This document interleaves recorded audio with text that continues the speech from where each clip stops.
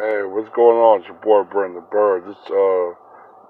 Coming with another video called the fun facts of history. It's been a while. I've been to I did the fun fact of history. I did a lot of video besides the fun fact of history. Kind of really want to get back into it. Um, the Actually, the discussion I want to really bring an attention is um, an ancestor named Charles Drew. He was a physician, a surgeon, and an educator. He was a researcher, a medical researcher. He was pretty much known for developing new techniques in blood transfusions, and he was the one who created the world's blood bank from the Red Cross. So he was a very intellectual, uh, very very important person, very important role in the early stages of Red Cross. Actually, the creation of the World Blood Bank actually saved thousands and thousands of soldiers' lives during World War II. 'Cause that's when it was created during that era, during the war. And very intelligent brother, man. He was actually born in D.C. Um, June 3rd, 1904. Passed away April 1st, 1950. He had to leave the Red Cross because it was so racist, and it was it was a segregation with the blood donations, and they was kind of like refusing to um, use blood from black donors. So when he was trying to implement that, they kept pushing back on it, prompting him to actually just leave. Now, he left before his death, but what I'm aware of, they changed the policy of the donation after his death in 1950. So that was, to me, like that's almost like it's too late for a start. You know what I'm saying? But but yeah, they changed their policy after his death. But yeah, I've been really, I currently was trying to get this out, trying to get these fun facts out. And normally I'd like to do a little bit more research so I could kind of break down a little bit more details about the history figure that I'm speaking on. But it was kind of like I was in a rush today. I'm still, like I said, I just got done um, from a plant like 5 or 6 in the morning. So I've been working pretty much all day. Just finally getting home to get some relaxation. So I haven't really put a lot of detail on this particular person, but I will. And other fun facts, I would definitely reference him and continue on from this video. But I definitely want to talk about the two brothers in their interview with Miss Nelson. I'll think about Good Morning America, and I kind of knew that there wasn't going to basically admit racism. They basically denied it or they tiptoed around. They call it an isolated incident.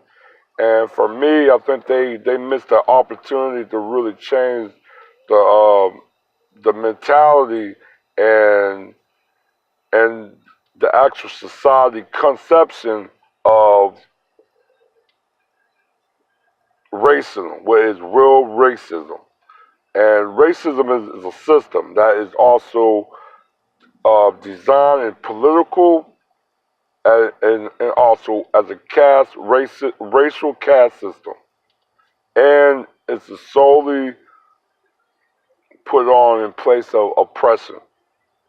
You know what I'm saying? So racism is a form of government. It's a government entity, but it's a government entity that is the actual social and ideology concept. And those brothers kind of, like I said, they missed it. Maybe they didn't really want their money. Effective. I'm not gonna really call them coons, but at the moment, yeah, coons in my head popped up. Um, who knows? They may be dealing with a lot of money tied in with a lot of people, with a lot of people in the Dom society. So, like I said, their white friend that they were meeting at the shop, he was white. So they probably have, and they're in the real estate pretty heavy in investments. So I can already kind of see it that a lot of their money's tied in with a lot of white people. So they really just didn't want to call it out, but into my soul, that's going to eat them a little bit about not calling it out when they should have just called it out. But they probably, like I said, I know they're going to deny it and deny it for the check. Um, I do urge black people to take the opportunity to start exploring more black-owned places and try them out. And because I always tell people it's really important for all racial groups to have a certain level and apparatus of a microeconomy, and that's one thing that black people really don't have. We maybe certain pockets we have a microeconomy, but in majority of a lot of us we don't have a microeconomy. So I definitely will take the opportunity to start developing one at this moment. So these places like Starbucks or vice versa, it really won't be a thing no more. You might, like I said, a lot of people might just start going to their own.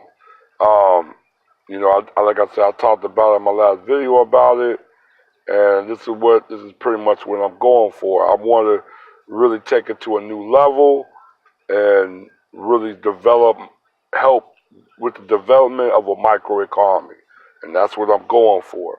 Um, but yeah, I mean, like I said, um, with the two brothers scared and with they of not revealing and exposing the racism of Starbucks, um, maybe not, but maybe they thought about their money and they thought about if we say something, we're gonna lose out on our financials. So there's probably some things to that, but but the thing that I'm thinking of to myself, um, this is this is not an isolated incident. This is a routinely incident. Now, some people would say, was it based on the manager? Yeah, it was. The managers uh, can have that say, but if you have people that's in those positions and they have that type of mentality or that ideology, then and if they are allowed by the construct of how Americanism is, that's under this white supremacy, yes, they can actually do that. So, and it's sad to say, but that's the reality.